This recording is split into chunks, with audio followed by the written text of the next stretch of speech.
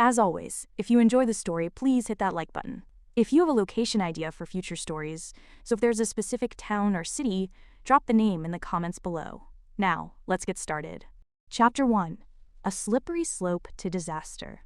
My name is Abigail Murphy, and I have come to the conclusion that somewhere in my family tree, an ancestor must have royally ticked off a very powerful, very petty leprechaun.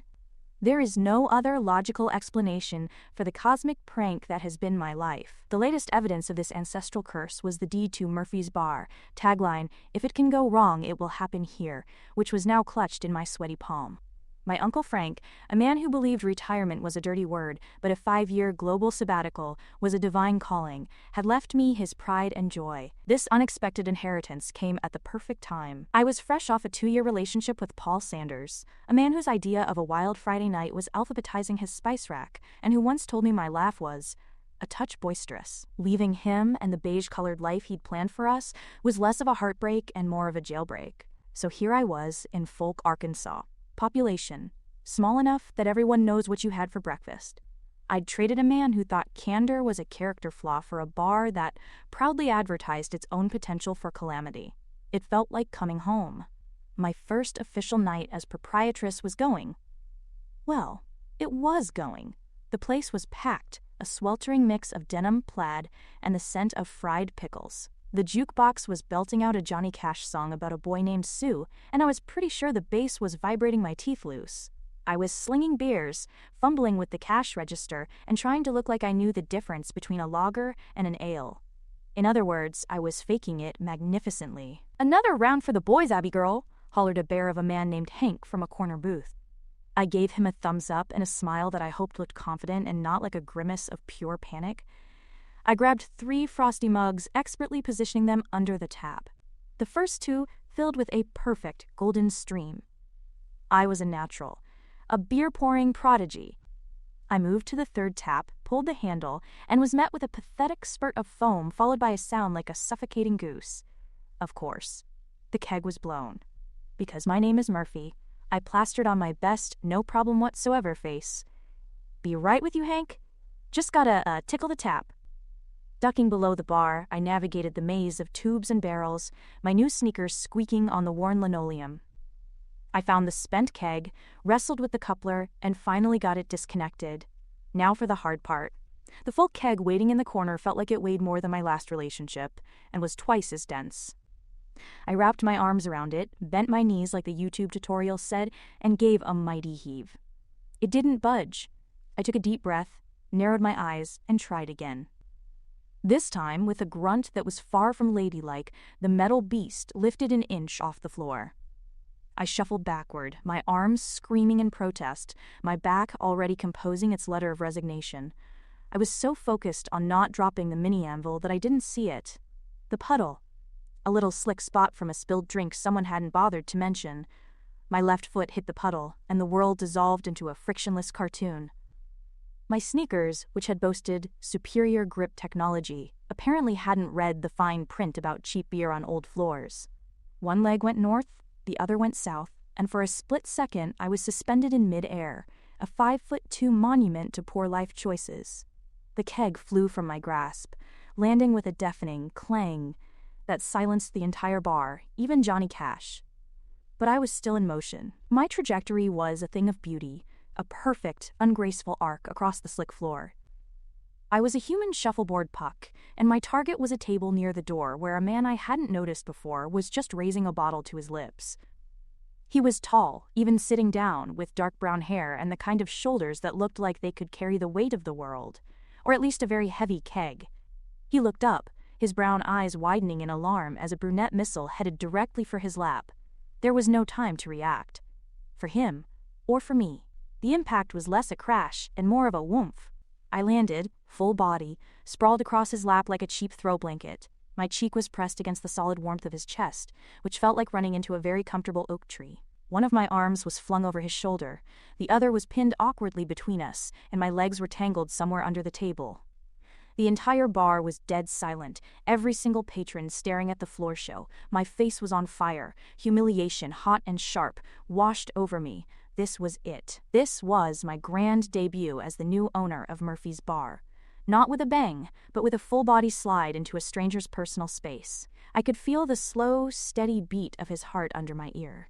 He smelled clean, like fresh air and soap, not a hint of sawdust or anything else cliché.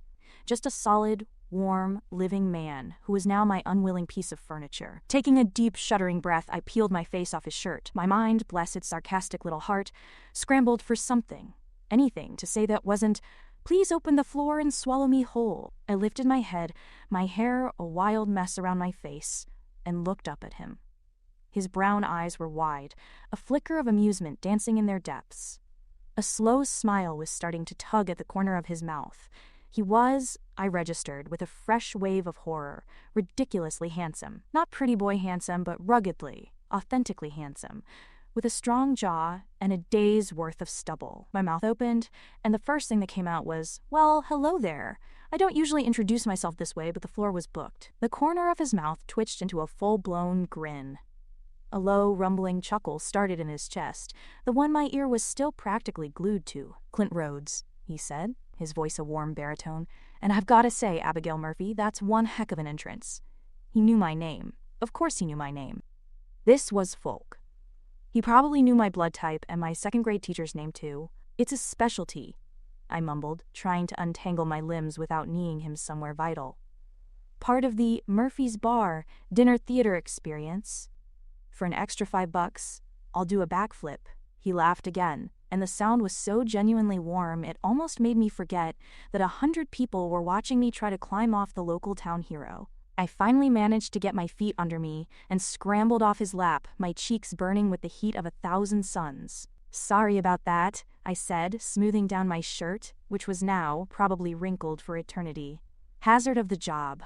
You know, rogue puddles, gravity, the general curse of my lineage." "No harm done," Clint said, his eyes crinkling at the corners. He stood up, and I had to crane my neck to look at him. He was even taller than I'd thought, with the corded muscles in his forearms that spoke of real work, not gym memberships. "But I think you might have a bigger problem than a blown keg." He gestured with his chin toward the back of the bar. I followed his gaze. The keg I'd dropped hadn't just made a loud noise. It had rolled, with the unerring precision of a heat-seeking missile, directly into the old copper pipe that ran along the base of the wall.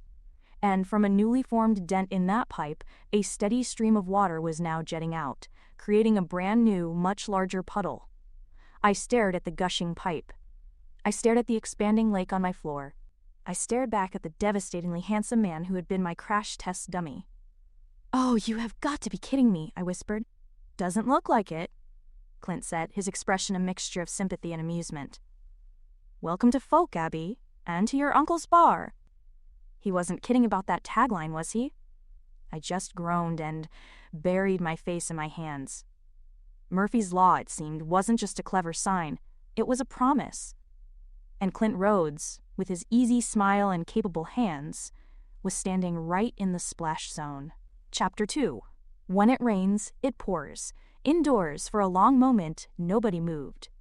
The only sounds in the bar were the jukebox, which had apparently decided Ring of Fire was an appropriate follow-up, and the high-pressure hiss of water spraying from the dented copper pipe. It was a fountain, a monument to my own incompetence, and it was quickly turning the floor of my new business into a wading pool.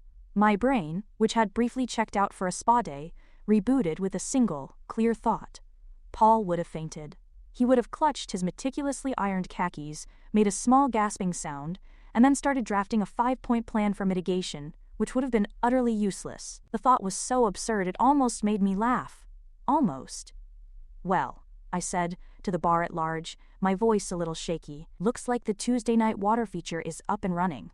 It's complimentary." A few nervous titters broke the silence. Clint, however, didn't laugh. He was already moving, his easygoing demeanor replaced by a focused intensity that was somehow even more attractive. Good grief, the man could probably make organizing a pencil drawer look compelling. "Abby," he said, his voice cutting through the noise, "where's the main water shut-off?" I blinked at him. "The what now? Is that next to the flux capacitor?" I had read the 3-page manual Uncle Frank had left me. It mostly contained instructions on how to placate the health inspector, offer him the chili, and the phone number for a bail bondsman. There was no mention of a main water shut-off. Clint didn't miss a beat. Basement? Back room? There's a closet, I offered lamely, pointing a trembling finger toward a door behind the bar. It's full of things I'm afraid to touch. He was already striding past me, his long legs eating up the distance. Hank, he called over his shoulder, grab some buckets from the kitchen. Everyone else, if you could move your chairs onto the tables, it'll help. Suddenly, the spell was broken. The room lurched into motion. Hank, the bear of a man, lumbered toward the kitchen, bellowing orders like a drill sergeant. People started hoisting chairs, their boots sloshing in the rapidly spreading puddle. It was organized chaos, and at the center of it was the handsome stranger whose lap I had so recently occupied. He wasn't just the town hero. He was apparently the town's designated crisis manager. I hurried after him, sloshing through the ankle-deep water. I should be the one doing that, I said, feeling a fresh wave of uselessness. I'm the owner. I should own this. Clint glanced back at me, a ghost of a smile playing on his lips as he yanked open the closet door. You're owning it just fine. Right now, you're the damsel. I'm the distress wrangler. It's a classic small-town dynamic. You'll get used to it. He disappeared into the darkness of the closet. I followed, fumbling for the light switch, which turned out to be a dangling string with a piece of frayed rope tied to the end. The single bulb flickered on, illuminating a cramped space that smelled of dust, stale beer, and regret. Shelves overflowed with ancient-looking bottles of schnapps and boxes of cocktail napkins from the 1980s. And against the back wall, amidst a spiderweb that could have housed a family of tarantulas, was a collection of pipes and a big, red, rust-covered wheel. That's it, Clint said, already reaching for it. He put his hands on the wheel and strained. Nothing happened. He repositioned his feet, the muscles in his back and shoulders bunching under his shirt. He let out a low grunt. The wheel didn't budge. It was rusted solid. Allow me, I said, puffing out my chest. I've been opening stubborn pickle jars my whole life. He shot me a look of pure, unadulterated amusement. Be my guest. I squeezed past him in the tight space, our bodies brushing together. For a split second, all I could feel was the solid warmth of his arm against mine, and all I could smell was that clean, fresh air scent. My train of thought didn't just derail, it flew off the tracks and into a canyon. I grabbed the wheel with both hands, gave it a mighty twist, and accomplished absolutely nothing except sending a shower of rust flakes into my hair. Okay, I conceded, backing away. Plan B? Need leverage, he muttered, more to himself than to me. His eyes scanned the cluttered shelves. Aha! He reached up and pulled down a short, heavy piece of pipe that had been propping up a box of swizzle sticks. He wedged it between the spokes of the wheel and pulled. There was a groan of protesting metal that sounded like a dying wail, a shudder that ran through the whole wall, and then, with a final, screeching complaint, the wheel began to turn. Clint gave it a few more powerful rotations, and just like that, the high-pitched hiss from the barroom died, replaced by a dripping echo. Silence. Blessed, beautiful, non-flood-related silence. We both stood there for a second, breathing a little heavily in the cramped, dusty space. You're a lifesaver, I said, finally breaking the quiet. My hero. I'd offer you a free beer, but you know. I gestured vaguely toward the bar. He chuckled. That low, rumbling sound that did funny things to my insides. Let's just call it even for the unorthodox introduction. He stepped out of the closet, and I followed him back into the bar. The scene was one of contained devastation.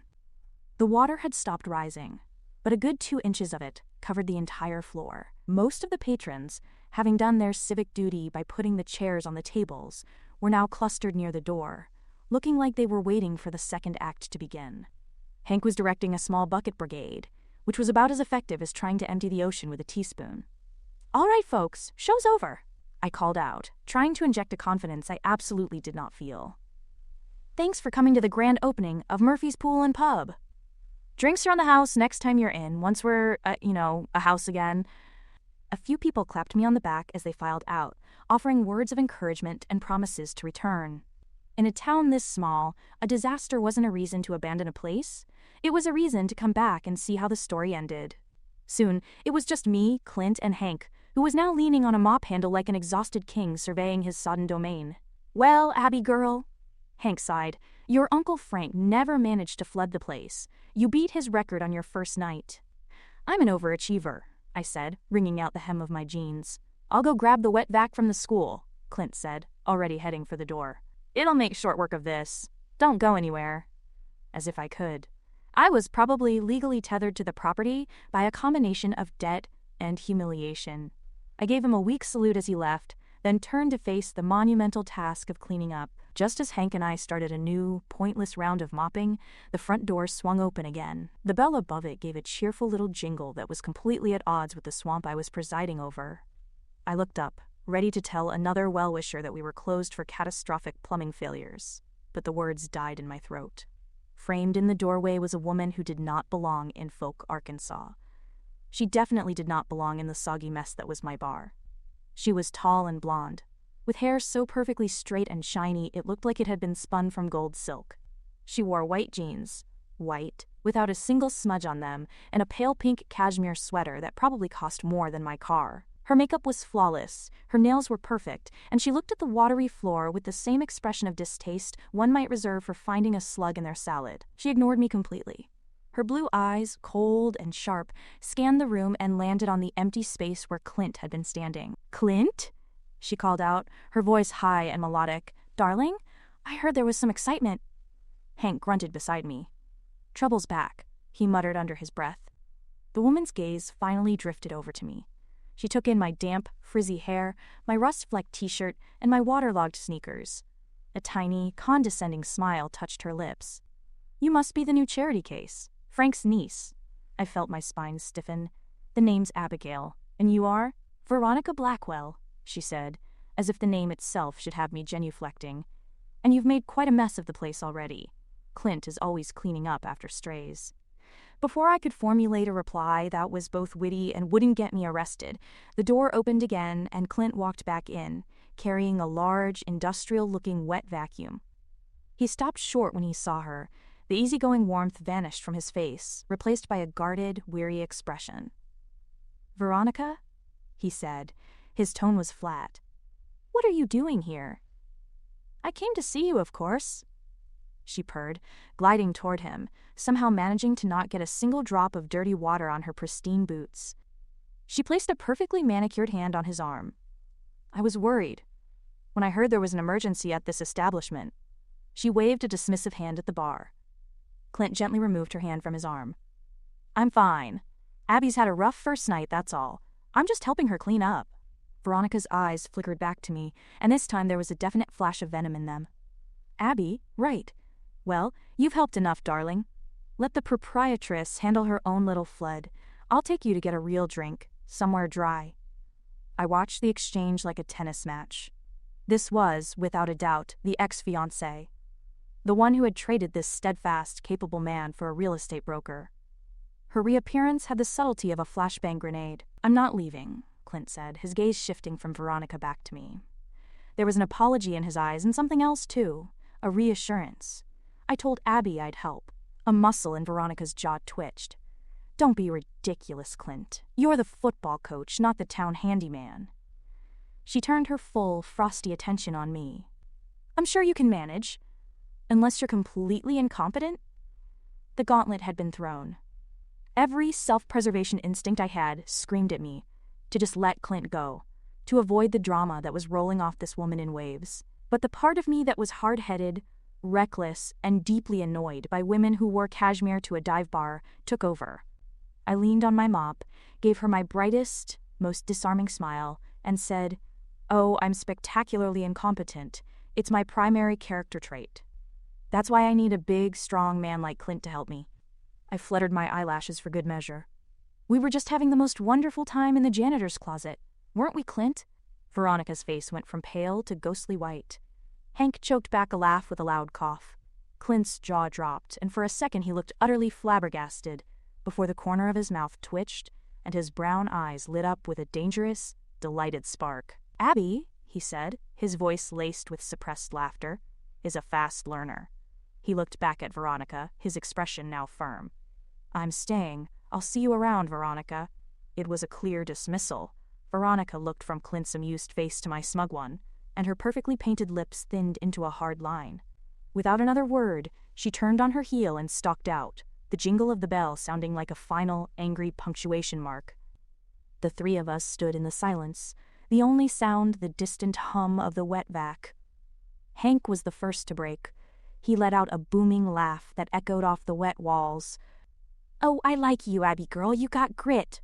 I just stood there, my heart hammering against my ribs. I had survived a full-body slide, a bar flood, and now a face-off with a woman who looked like she could kill with a single withering glare. Clint walked over to me, a full-blown, breathtaking grin on his face. "The janitor's closet, huh?" My cheeks burned. It seemed like the right thing to say at the time. "It was," he said, his voice soft. "Thank you." "Anytime," I squeaked. "Well, hopefully not anytime soon. Or ever again." He laughed, and the sound filled the empty, wrecked bar, chasing away the last of the tension. He plugged in the wet vac, and the loud roar filled the space. He gave me a wink, and I grabbed my mop. We had a swamp to drain, but suddenly, it didn't feel like a disaster anymore. It felt like a beginning. A very wet, very complicated, and very promising beginning. Chapter 3, of Mops and Men. The roar of the wet vac was the most beautiful sound I had ever heard. It was the sound of progress, of unflooding, of a problem being actively solved by someone who wasn't me. For a solid minute, I just watched Clint wield the machine with an easy competence that was both deeply impressive and slightly infuriating. He moved with an economy of motion, the long hose of the vacuum sucking up my watery failure with a satisfying slurp. Hank, having declared my grit sufficient, decided his civic duty was done. "Well, kids," he boomed, clapping me on the shoulder hard enough to realign my spine. "I'm off before my wife sends out a search party. Abby girl, you call me if you need anything. And I mean anything, except plumbing advice." He shot a meaningful look at the mangled pipe. "Clint's your man for that." With a final nod at Clint, the big man sloshed his way out the door, leaving me alone with the handsome hero and his mighty suctioning steed. "Okay," I declared, grabbing a mop with renewed purpose.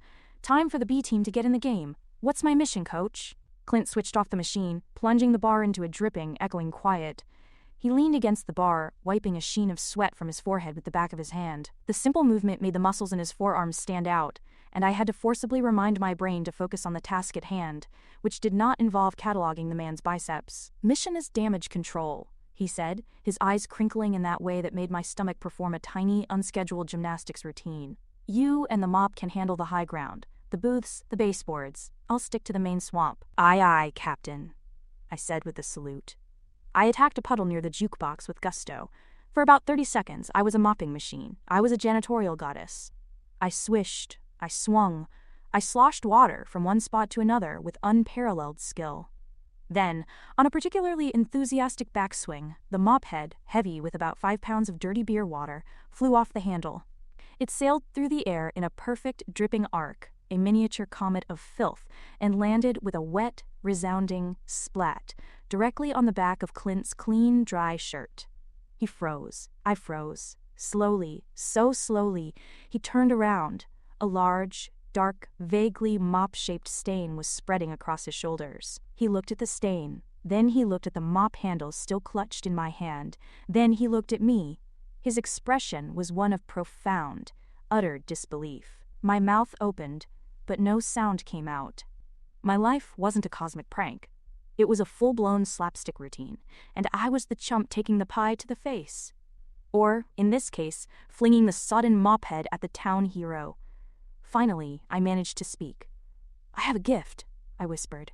"It's not a good gift." A slow grin spread across his face, transforming his disbelief into pure, unadulterated amusement. He started to laugh, not a chuckle, but a deep, rolling laugh that filled the entire bar. "You know," he said, picking the mop head off his back and holding it at arm's length like a dead rat. "I was just thinking this shirt was too dry. Thank you for fixing that." "I am so sorry," I groaned, burying my face in my hands. Just when you think you've hit rock bottom, you discover a secret sub-basement of humiliation. "Hey," he said, his voice closer now. I peeked through my fingers to see him standing right in front of me, the offending mop head now sitting in an empty bucket. "It's just water. And a little spilled beer. And, is that a peanut?" He plucked something off his shoulder. "Consider it a souvenir of your grand opening." My grand opening, which ended with a flood and an assault on the local gentry with a cleaning implement, I summarized. Paul would be having a conniption.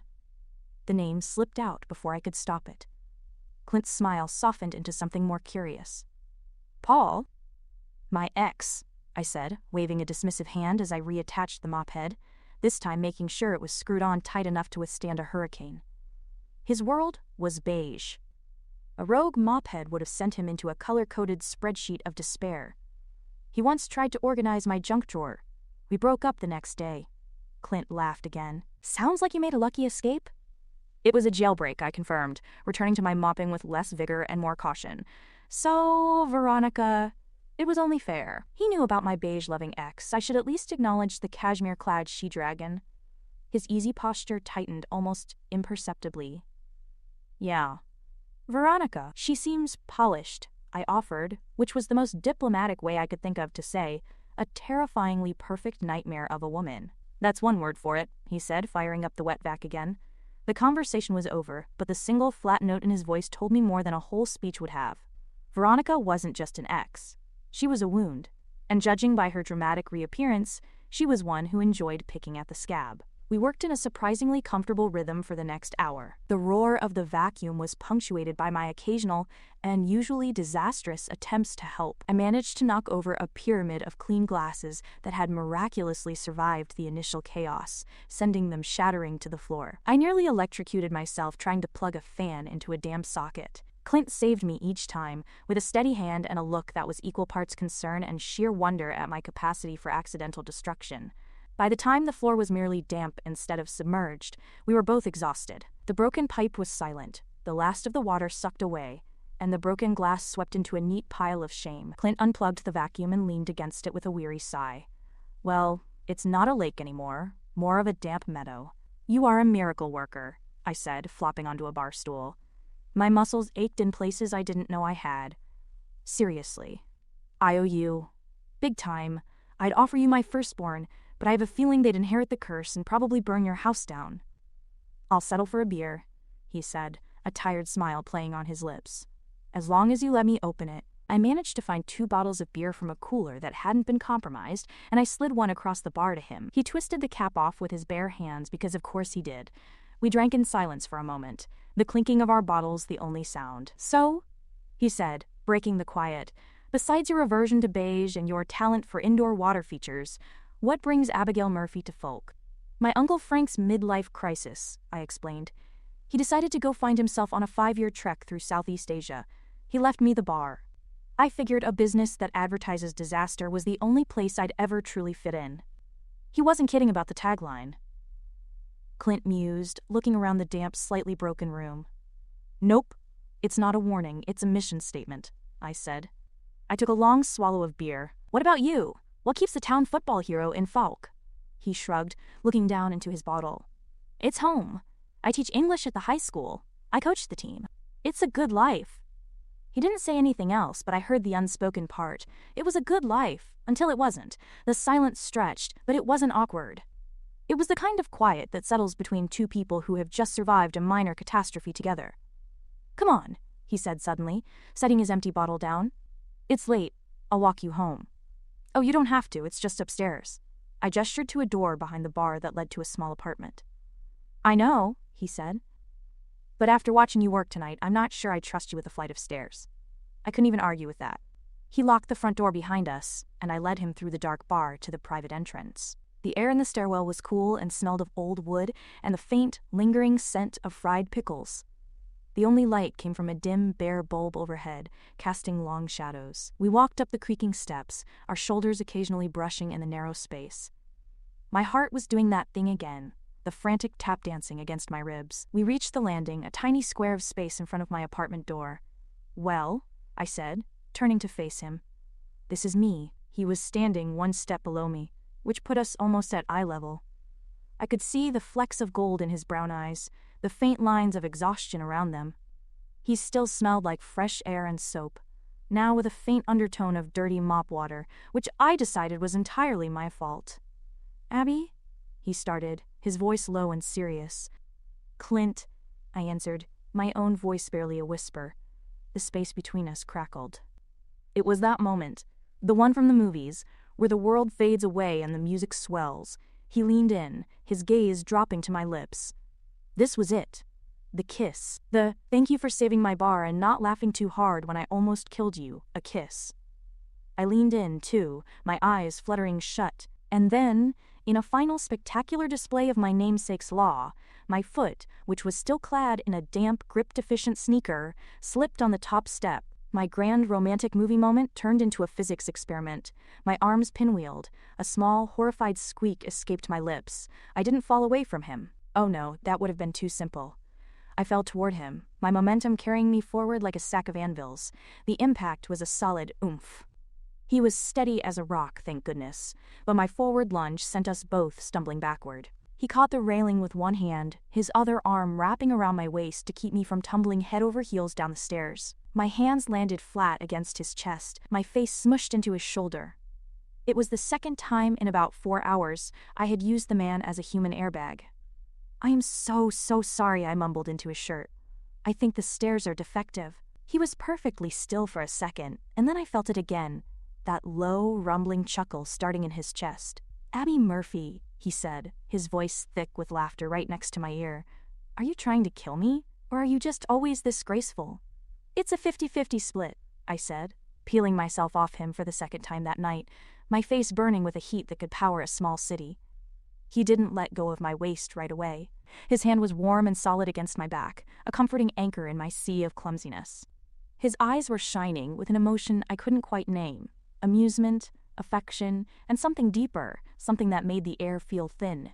"Get some rest," he said softly, finally releasing me, "and maybe invest in some non-slip bath mats. For the entire apartment." "It's on the list," I promised, fumbling with my keys. He watched me until the key was in the lock and the door was open. "Good night, Abby. Good night, Clint. And thank you for everything. Any time," he said, and the way he said it felt like a promise. I slipped inside and closed the door, leaning my forehead against the cool wood. I could hear his footsteps retreating down the stairs. My entire apartment was a mess of half-unpacked boxes, a testament to the chaotic jailbreak from my old life. But as I stood there, heart pounding, cheeks still flaming, surrounded by the shambles of my new beginning, I had a sinking, thrilling feeling. My life hadn't just gotten more complicated with a flooded bar, it had gotten infinitely more complicated with a 6'2", steadfast, ridiculously handsome football coach. And for the first time in a long time, I couldn't wait to see what disaster would happen next. Chapter 4: The Art of Strategic Retreat and Clogged Drains.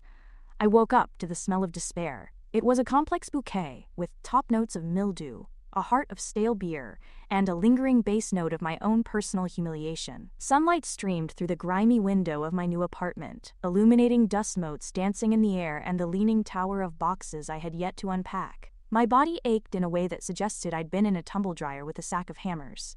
In a way, I had. The tumble dryer was my life, and the hammer was Clint Rhodes' chest, which I now knew intimately from 2 separate, high-velocity encounters.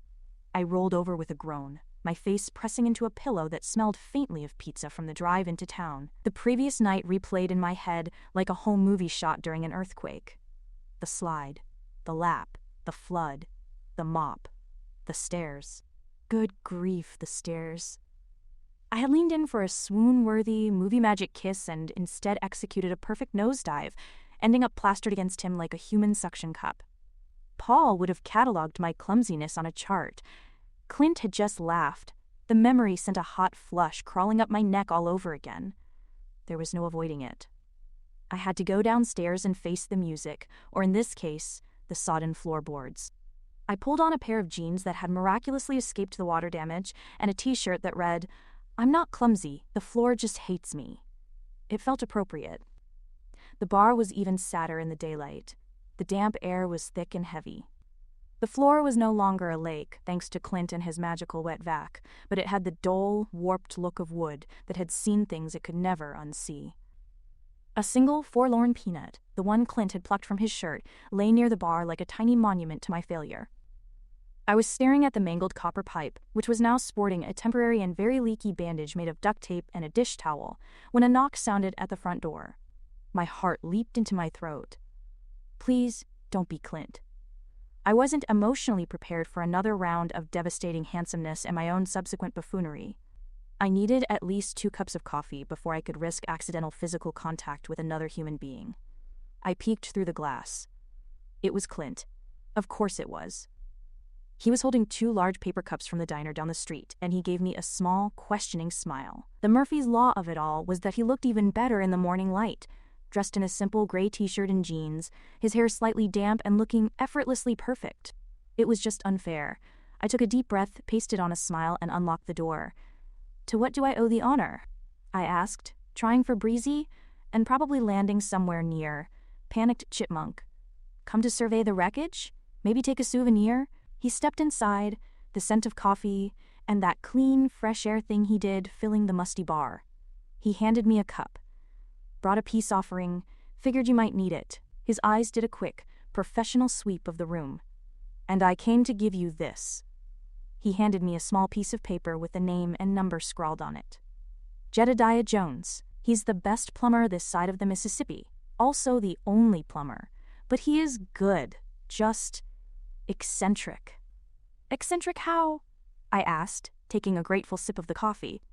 It was black and strong enough to dissolve steel. I loved it. "He communicates primarily through a series of grunts and once tried to pay for his groceries with a prize-winning squash," Clint explained. "But he can fix anything. Grunts and gourds. Got it.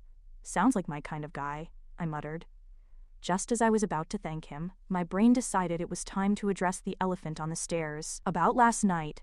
He leaned against the bar, crossing his arms over his chest. "That chest. My mortal enemy."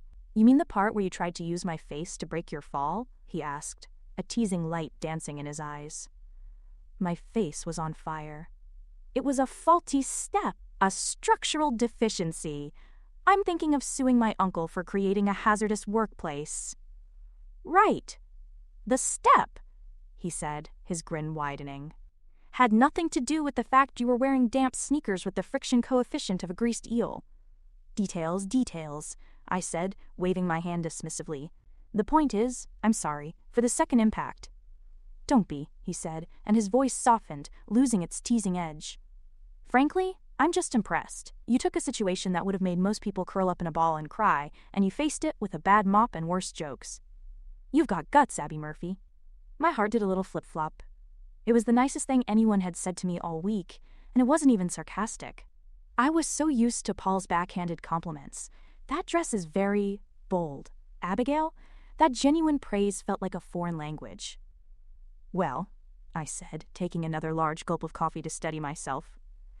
"Guts and an impending bankruptcy. Let's see what Jedediah the Gourd King has to say." An hour later, I was beginning to understand Clint's definition of eccentric. Jedediah Jones was a wisp of a man with a wild halo of white hair and overalls that seemed to be holding him up, rather than the other way around. He spent 20 minutes staring at the broken pipe, emitting a series of low hums and guttural clicks that sounded like he was trying to communicate with dolphins. Clint stood nearby, translating. "Okay," Clint said after a particularly long groan from Jedediah. "He says the pipe is original to the building. It's not just a break. The whole line is corroded. He's going to have to replace the entire section from the main shutoff to the taps." "Which, in dollars and cents, means?" I prompted, bracing myself. Jedediah finally spoke, his voice a reedy rasp. "Gonna cost ya a lot." He named a number that made my stomach plummet to my waterlogged sneakers. It was more than I had in my entire bank account.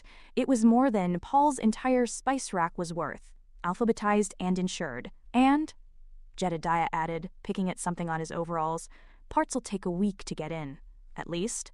I'm busy. County fairs next month. My prize-winning tomatoes ain't gonna pollinate themselves." "A week? I couldn't be closed for a week." "A week without income, plus a repair bill that could finance a small nation?" My jailbreak was starting to feel more like a transfer to a maximum security debtor's prison. "Isn't there anything you can do in the meantime?" I asked, my voice pleading. Jedediah grunted, which Clint translated as a firm no. He scribbled the astronomical figure on the back of a seed catalog, handed it to me, and ambled out the door, presumably to have a serious talk with his tomatoes. I stared at the estimate, my grand plans of becoming a plucky, successful bar owner dissolving into a puddle of financial ruin. I was going to be the Murphy who not only inherited the bar but killed it in less than 24 hours. "Hey," Clint said gently, touching my arm. My skin tingled where he made contact. "We'll figure it out. I can help you patch it well enough to get by for a few days, at least until the parts come in. It won't be pretty, but it'll hold." Before I could answer, the bell on the front door jingled with sharp, melodic authority. I didn't even have to look. I could feel the temperature in the room drop by 10 degrees. Veronica Blackwell glided in, a vision in a crisp, white pantsuit that was probably dry clean only and cost more than my first car. She was holding a clipboard. Clipboards were never a good sign. They were the preferred accessory of people who were about to ruin your day. Her gaze swept over me, lingered on Clint's hand on my arm, and then settled on the general disarray of the bar. A tiny, triumphant smile played on her perfectly glossed lips. "Clint, darling," she said, her voice dripping with fake sympathy. "Still playing handyman for the new girl?" She turned her ice-blue eyes on me. "Abigail, I was so worried after last night's incident. I took the liberty of looking into a few things." "The liberty has been noted," I said dryly. And declined. She ignored me, tapping a perfectly manicured nail on her clipboard. "I'm on the Foulk Town Beautification and Historical Preservation Committee," she announced. "And it seems your Uncle Frank let a few things slide. For instance, this sign."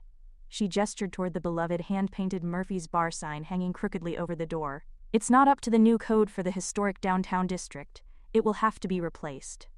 "Replaced?" I squeaked. "That sign is an antique. It's an eyesore," she corrected smoothly. "And more pressingly," she continued, her voice hardening, "any water damage to a commercial establishment, per Health Code 2B, subsection 4, requires immediate professional mold remediation and certification before the business can reopen.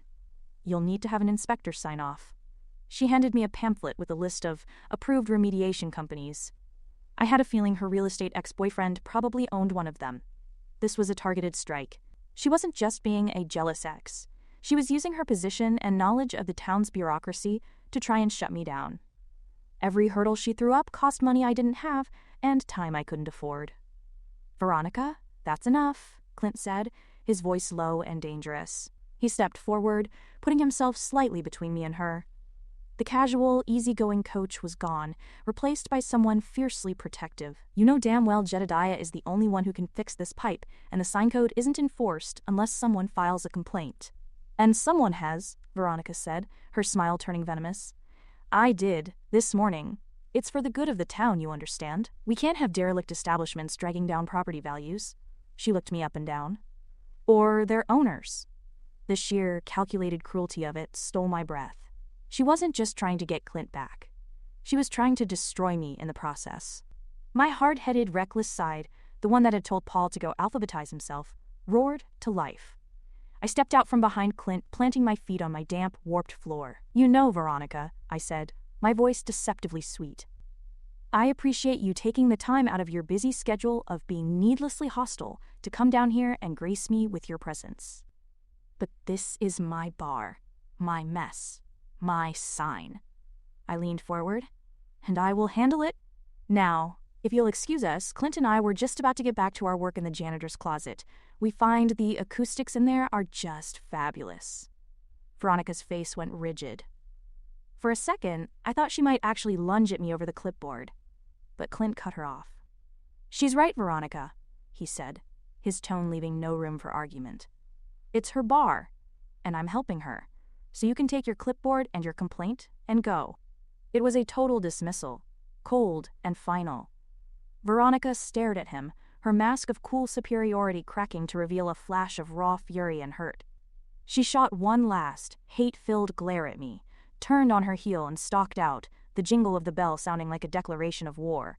The silence she left behind was thick with tension. I stood there, trembling slightly with adrenaline. I had won the battle, but she had just laid out the terms of a war. One had no idea how to fight. Clint turned to me, his expression a mixture of anger and apology. "Abby, I am so sorry. I had no idea she would." "No, don't you dare apologize for her." I cut him off. "She's your crazy ex-fiancée, not your responsibility." I ran a hand through my hair, feeling the weight of it all crash down on me. "But she's right. I'm sunk. There's no way I can afford a new pipe, a new sign, and a professional mold remediation specialist." I sank onto a bar stool, the fight draining out of me.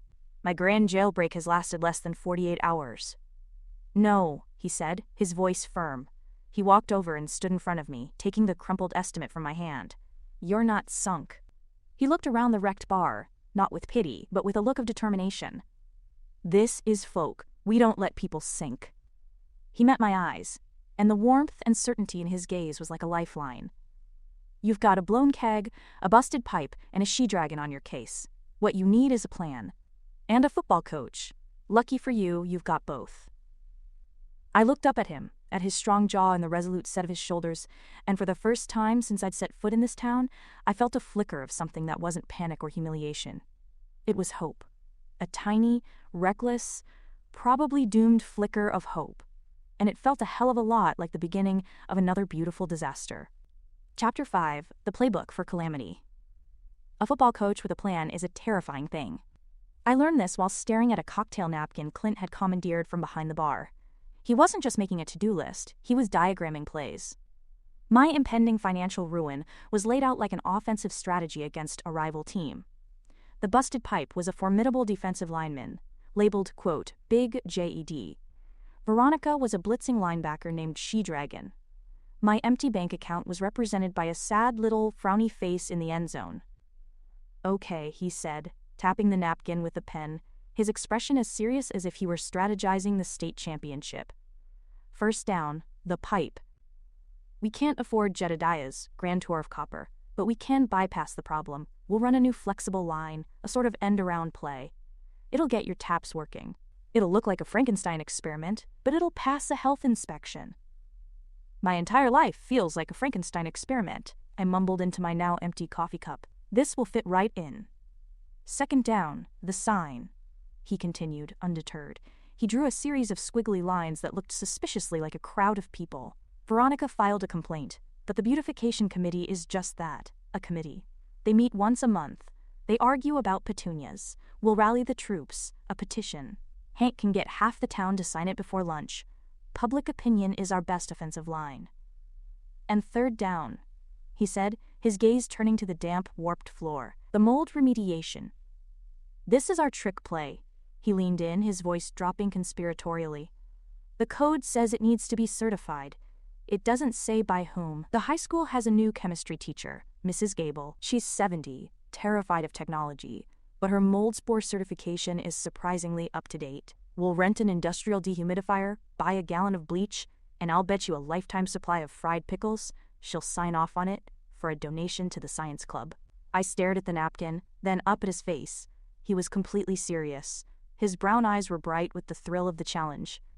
Paul would have created a Gantt chart and had a nervous breakdown by item 2. Clint had turned my cascade of catastrophes into a game plan. It was the most absurd, ridiculous, and utterly brilliant thing I had ever seen. A laugh bubbled up from my chest, a genuine, helpless laugh that had been absent for what felt like an eternity. A she-dragon, a Frankenstein pipe, and a 70-year-old mold whisperer. You, Clint Rhodes, are certifiably insane. I'm a football coach, he corrected me with a grin that made my insides feel like they were doing the wave. Insanity is part of the job description. Now, come on, Murphy. We're burning daylight. First stop is the hardware store. The Foulk hardware store was less of a store and more of a museum where you could buy things. It was a sprawling, dusty wonderland of tools, gadgets, and things I couldn't identify, all presided over by a man with a magnificent white beard who introduced himself only as Salty. Apparently, he'd once been a sailor. Or maybe he just really liked pretzels. The details were fuzzy. Flexible PEX tubing, Clint announced, striding down an aisle with the confidence of a man in his natural habitat. 2 couplers, a crimping tool, and a ball valve. It was a foreign language. I just nodded along, trying to look useful and not like I was about to impale myself on a stray rake. My contribution to the outing was immediate and, naturally, disastrous. While trying to grab a box of screws from a high shelf, I misjudged my reach, lost my balance, and stumbled backward into a towering display of paint cans. The resulting crash was symphonic. It was a multi-part harmony of clattering metal, followed by the percussive glug-glug splat of lids popping off. For a horrifying second, I thought I was about to be baptized in barn red or sunset orange. By some miracle, only one can open completely, sending a thick, viscous wave of pale yellow paint oozing across the concrete floor. The color was called Buttercup's Kiss. I was standing ankle-deep in Buttercup's Kiss. Salty looked over his bifocals from behind the counter, stroked his beard, and said, "Well, now, that's a pickle." Clint just sighed, a long-suffering sound that was becoming increasingly familiar. He didn't yell. He didn't even look annoyed. He just walked over, plucked a roll of paper towels from a dispenser, and handed it to me. "Stay right there," he said, his voice laced with that now familiar amusement. "Don't move, don't breathe, don't even think about helping." He returned a minute later with a bag of kitty litter, which he expertly poured over the yellow goo. While he was cleaning up my latest masterpiece of mayhem, I tried to make myself useful by apologizing profusely to Salty. "Don't you worry, little lady," Salty said, his eyes twinkling. "Clint's used to cleaning up messes. We all saw what happened with that Veronica Blackwell. This here's just paint. Washes off. Some messes stain deeper." The comment hung in the air, heavy and meaningful. It was clear the whole town knew the story. I glanced over at Clint, who was now scraping up the semi-solidified paint litter mixture. His shoulders were tense. Salty was right. Veronica wasn't just paint. She was a deep, stubborn stain, and I had the distinct feeling I was the bleach she was trying to scrub him with. Back at the bar, armed with our plumbing supplies and my newly christened yellow-tip sneakers, the real work began. Clint dove under the bar and into the spider-infested closet with the focus of a surgeon, while I was tasked with the safe job of running the industrial dehumidifier. The machine was the size of a small refrigerator and roared like a jet engine taking off. My job was to empty the water basin every hour. This I could handle. This involved no balance, no tools, no chance of accidental demolition. For 3 glorious hours, I was a model employee. I emptied the basin, I wiped down tables, I didn't break, spill, or fall into anything. I was starting to think maybe the curse had lifted. And that's when the sink in the women's restroom decided to back up. It wasn't a slow clog. It was a sudden, violent rebellion. 1 minute, all was quiet. The next, a gurgling sound erupted from the drain, followed by a geyser of brownish, foul-smelling water that shot up and hit the ceiling. It was like a very sad, very disgusting version of the Bellagio fountains. I stood there, staring in utter horror at the mushrooming puddle of primordial ooze on the floor. The curse hadn't lifted. It had just been reloading. "Clint!" I shrieked over the roar of the dehumidifier. "We have another water feature. This one is aromatic." He emerged from under the bar, a smudge of dirt on his cheek and a look of weary resignation on his face. He took one look at the bathroom, one sniff of the air, and his shoulders slumped. "Of course," he muttered.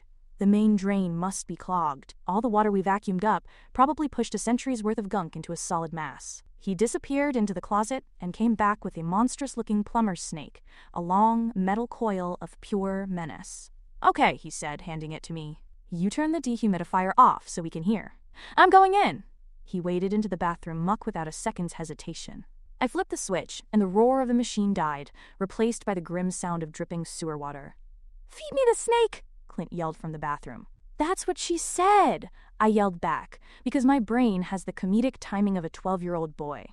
I heard a choked laugh from the bathroom. "Just feed me the snake, Murphy." I dutifully uncoiled the metal serpent and pushed it toward him. For the next 20 minutes, the sounds from the bathroom were a symphony of grunting, cursing, and the metallic scraping of the snake fighting its way through the bowels of my bar. Finally, there was a triumphant shout.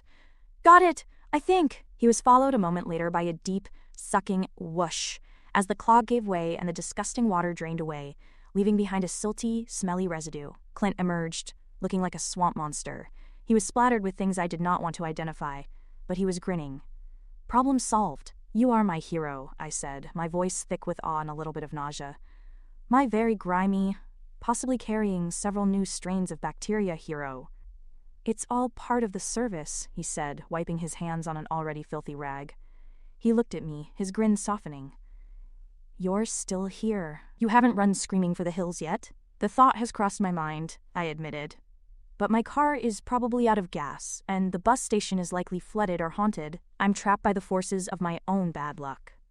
He took a step closer, and the small, smelly space suddenly felt very crowded. "I'm glad you're trapped," he said, his voice low. He reached out and gently wiped the smudge of dirt from my cheek with his thumb. His touch was rough but gentle, and it sent a jolt straight through me, short-circuiting every coherent thought in my head. We stood there, inches apart, the air thick with the smell of bleach, mildew, and whatever fresh horror had come up from the drain.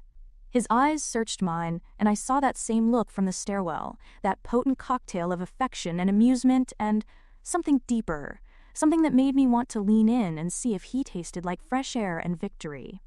My gaze dropped to his lips. His dropped to mine. This was it. The sequel. The stairwell scene, part 2, but without the benefit of gravity-assisted assault.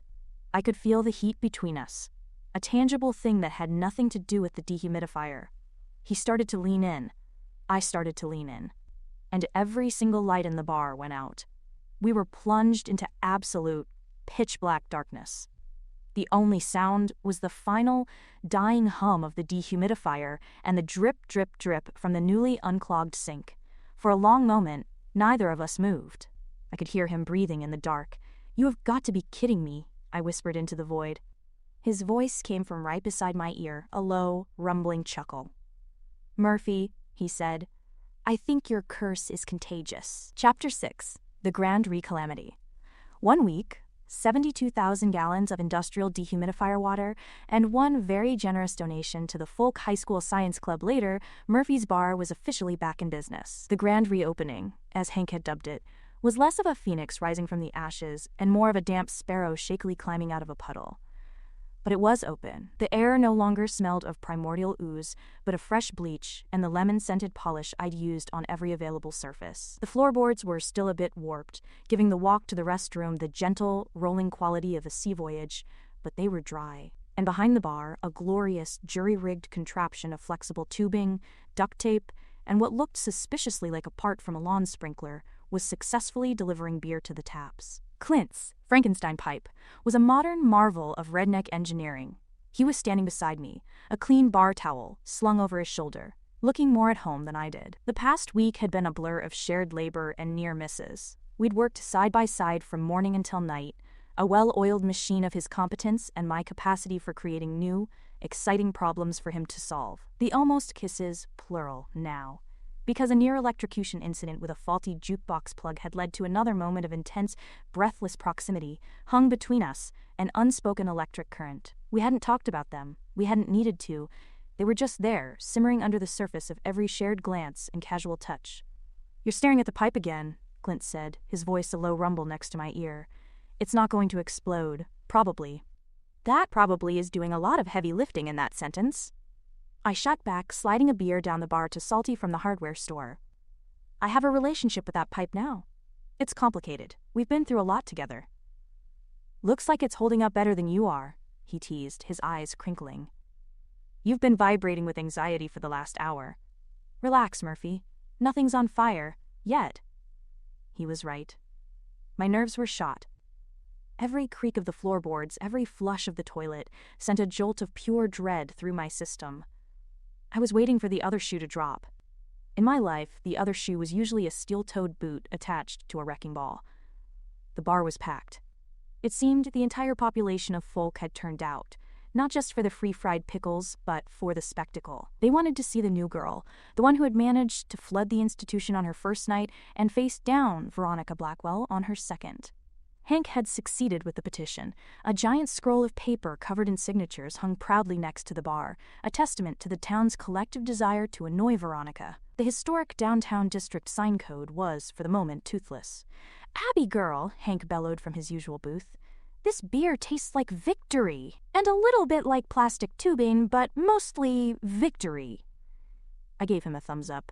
The support was overwhelming and deeply unsettling.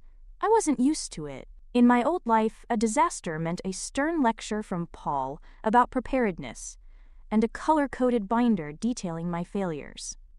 Here, it meant the whole town showed up with mops and a petition. Just as I was starting to believe Clint's relax advice might actually be possible, the bell over the door jingled. My stomach clenched instinctively, my brain conditioned to expect the arrival of a cashmere-clad she-dragon. But it wasn't Veronica. It was worse. Standing in the doorway, looking as out of place as a tuxedo at a tractor pull, was Paul Sanders. My Paul Sanders. He was wearing beige chinos, ironed to a razor's edge, a navy blue polo shirt buttoned all the way to the top, and pristine white sneakers that had clearly never encountered a puddle, let alone a paint spill. He held a leather briefcase in one hand, and his face wore an expression of carefully controlled horror as he surveyed my bar, my patrons, and my life. The world seemed to slow down. The jukebox was playing something about a dirt road, which felt painfully ironic. For a split second, I considered ducking behind the bar and pretending to be a very short, very terrified stock girl. But it was too late. His eyes, the color of weak tea, found mine. "Abigail," he said, striding toward the bar with the purposeful gait of a man about to deliver a performance review. He didn't just walk, he calculated his trajectory. I must say, this is even more rustic than I imagined. Clint, who had been wiping down the counter, went very still beside me. I could feel the sudden tension in him, a protective energy radiating off him in waves. "Paul," I said, my voice flatter than a week-old beer. "What are you doing here? Did you run out of spices to alphabetize?" His thin lips tightened. I was concerned. "Your texts have been distressingly brief, and you failed to return my last 3 scheduled phone calls. I thought it best to perform a wellness check in person." He set his briefcase on the bar as if it were a holy relic. Clearly, my concern was warranted. This establishment is a fire code violation waiting to happen, and the ambient noise level is well above the recommended decibels for healthy auditory function. I just stared at him. He had driven 8 hours to perform a wellness check and critique my noise levels. It was the most Paul thing he had ever done. "I'm fine, Paul, just busy. Running a business, you know. It's what people do when they're not organizing their sock drawer by thread count. Is this the gentleman you've hired to assist you?" Paul asked, his gaze flicking to Clint with thinly veiled disdain. He took in Clint's worn jeans, his simple t-shirt, and the faint smudge of grease on his forearm. It was the look of a man who buys his strength in a bottle of protein powder, sizing up a man who was born with it. Clint wiped his hand on his towel and extended it, his expression unreadable.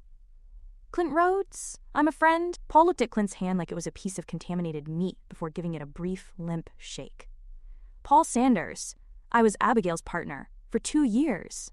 He said partner, like it was a job title he'd been unfairly dismissed from. The silence that followed was thick enough to stand a spoon in. Hank had stopped bellowing. The jukebox had faded into a new song. Everyone was watching the drama unfold at the bar. It was better than dinner theater. It was free. "Well, Paul, it was great of you to stop by and check on my wellness," I said, forcing a bright, brittle smile. "As you can see, I am well. You can go now." "Not before we've had a proper discussion, Abigail," he said, lowering his voice. "I don't think you're appreciating the gravity of your situation. You've abandoned a stable, predictable life for this." He waved a hand at the laughing, drinking patrons. "It's impulsive, it's reckless, it's not you." And there it was, the phrase that had ended our relationship, "It's not you." The 3 little words he used to sand down all my edges, to file away all my inconvenient personality traits until I fit neatly into the beige box he built for me. My hard-headed, reckless, tired of being told who I was side roared to life. "You know what, Paul? You're right. It's not the me you knew," I said, my voice dangerously calm. "The me you knew was the one who pretended to be interested in your PowerPoint presentations on effective pantry organization. The me you knew was the one who learned to laugh quietly so it wouldn't be boisterous. That me is gone." She packed her bags and moved to a bar in Foulk, Arkansas. And this me, I spread my arms wide, gesturing to the whole beautiful, chaotic, slightly warped mess, is having a damn good time. A slow smile spread across Clint's face. He leaned back against the counter, crossing his arms over his chest, that chest, and watched the show with an air of deep satisfaction. Paul was flabbergasted. He opened and closed his mouth like a fish. He was used to me conceding, to me apologizing for being too much. He wasn't equipped for this. "I came here to help you, Abigail," he finally sputtered. "I have a 5-point plan to help you liquidate this asset and transition back to a sensible lifestyle. It's in the briefcase." I laughed. A real laugh. Loud and unrestrained and completely, utterly boisterous. "Paul, you can take your 5-point plan and you can file it. Alphabetically, of course." His face paled, then flushed a blotchy, angry red. He looked from my defiant face to Clint's amused one, and a flicker of something ugly and possessive crossed his features. "I see," he said, his voice turning cold. "You've replaced me with the local handyman." Clint's smile vanished. "That's enough," he said, his voice quiet but carrying the unmistakable weight of a command. "Abby asked you to leave." "This is between me and Abigail," Paul snapped, puffing out his chest. It was about as intimidating as a pigeon trying to start a fight. "No," I said, stepping forward so I was right in front of him. This is me, telling you, for the last time, to get out of my bar. I looked at his briefcase. And take your sensible lifestyle with you. For a long, tense moment, he just stood there, his jaw working. I think he was actually running through his mental flowchart for how to handle a situation that was not going according to plan. Finally, defeated, he snatched his briefcase off the bar. "You'll regret this, Abigail," he said, his voice trembling with indignation.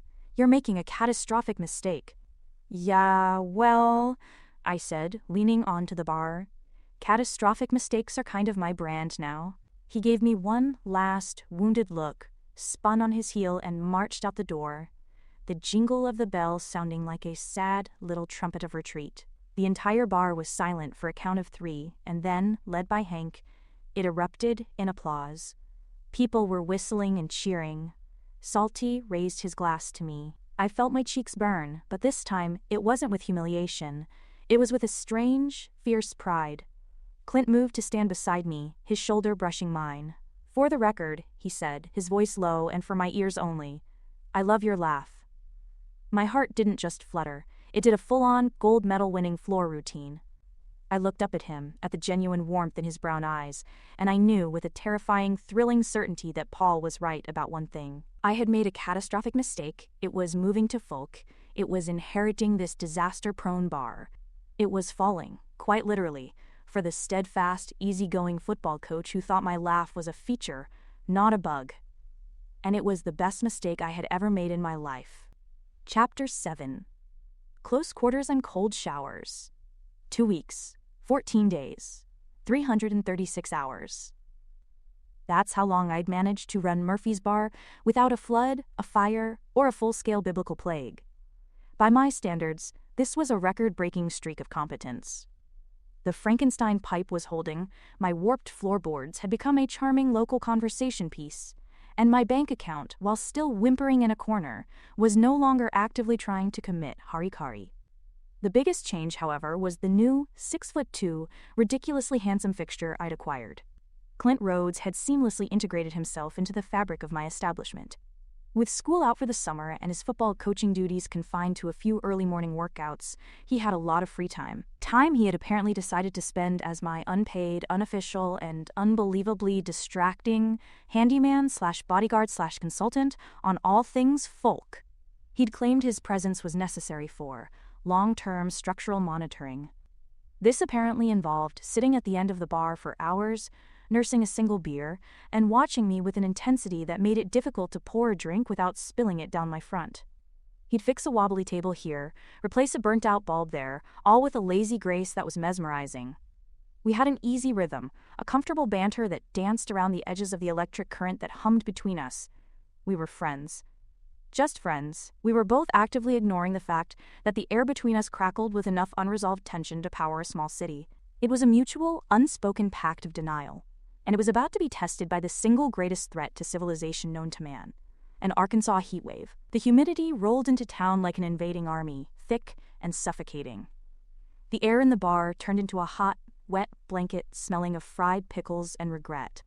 My one concession to modern technology was a window air conditioning unit that looked like it had been salvaged from a World War II submarine. It roared like a jet engine, rattled the teeth of anyone sitting within 10 feet, and produced a stream of air that was less, cool breeze, and more, lukewarm sigh of a dying man. On Tuesday afternoon, in the middle of a lunch rush that consisted of Hank and Salty arguing about the best bait for catfish, the dying man finally gave up the ghost. With a final shuddering groan and a clang that made my heart leap into my throat, the unit went silent. The sudden quiet was more alarming than the noise had been. A trickle of rusty water dripped from its grill onto the floor, a final tear for a life spent in noble, noisy service. "Well, nuts," Salty declared, fanning himself with a menu.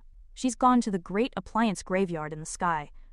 "I'll get the ladder," Clint said from his monitoring station at the bar, already pushing to his feet. Of course he would. The man had a sixth sense for impending mechanical failure. 5 minutes later, he was positioning a rickety wooden stepladder under the dead AC unit, which was mounted inconveniently high on the back wall. "Okay, Murphy," he said, looking down at me.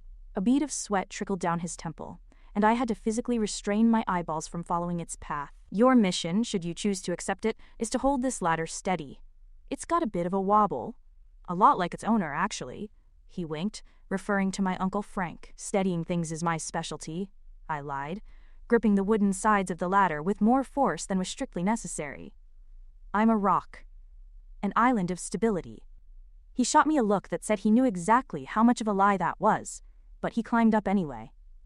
This put him in a very strategic, and for me, very compromising position. My head was now approximately level with the worn denim covering his hips. I had a front row, eye-level view of his tool belt, the solid muscle of his thighs, and the way his gray t-shirt was starting to cling to the small of his back. It was a masterclass in male architecture, and I was the deeply flustered curator. "You okay down there?" he asked, his voice rumbling above me. He grunted as he pried at the front panel of the AC unit. "You're awfully quiet." Just concentrating, I squeaked, my knuckles white on the ladder. Performing my vital, life-saving ladder-steadying duties. The fate of the free world rests on my focus. My gaze drifted, my traitorous, insubordinate gaze. Was that a little rip in the back pocket of his jeans? Good heavens. He worked for several minutes, muttering about stripped screws and condenser coils. I just stood there, breathing in the scent of him. That fresh air and soap smell, now mixed with the faint, masculine scent of sweat and effort, and tried to think about beige things, spreadsheets, sensible shoes, Paul's spice rack. Nothing worked. All I could think about was the solid warmth of the man above me, and the fact that if this ladder wobbled, we were going to end up in a tangle of limbs that would make our previous encounters look like a formal ballroom dance. "Aha! Found it," he announced, pulling a blackened, smoking piece of metal from the machine's guts. The capacitor's blown to kingdom come, fried to a crisp. He looked down, his brown eyes finding mine in the small space. We were closer than we'd been on the stairs. His face was beaded with sweat, a smudge of grease decorated his jaw, and he had never looked more handsome. "Guess we're gonna have to get creative to cool this place down." The way he said it, low and gravelly, sent a shiver through me that had nothing to do with the temperature. My hands tightened on the ladder. I could get a fan," I stammered. His lips curved into a slow, lazy smile. "That's one way." He started to back down the ladder. I remembered to breathe. He was halfway down when his foot slipped on a rung. It was just a small slip, but my life is a slapstick comedy. He lurched. I yelped, and my attempt to steady him resulted in me stumbling forward, my face planting squarely in the middle of his very solid, very warm chest. Again. It was becoming my signature move. My face was smushed against the damp cotton of his shirt, my arms wrapped around his waist in a death grip. "You know," he said, his voice a low chuckle that vibrated right through my skull, "for a rock, you're surprisingly squishy." He didn't move. His arms were steady on my shoulders, holding me there. "We have got to stop meeting like this." "It's the ladder's fault," I mumbled into his pectoral muscle. "It has a wobble." "Right," he said, and I could hear the smile in his voice. The ladder. I peeled myself off him, my face, the temperature of the sun. The rest of the afternoon was spent in a state of hyper-awareness, my skin buzzing every time he brushed past me in the tight confines behind the bar. Later that evening, after the heat of the day had finally broken, I decided to tackle one of my uncle's more ambitious cocktail recipes. It was called a Foulk sunset, and it involved layering 3 different colored liquors to create a gradient effect. It looked beautiful in the picture. My attempts, however, looked less like a sunset and more like a swampy bog after an oil spill. I had sticky, multicolored puddles all over the bar, and a collection of glasses filled with what looked like muddy pond water.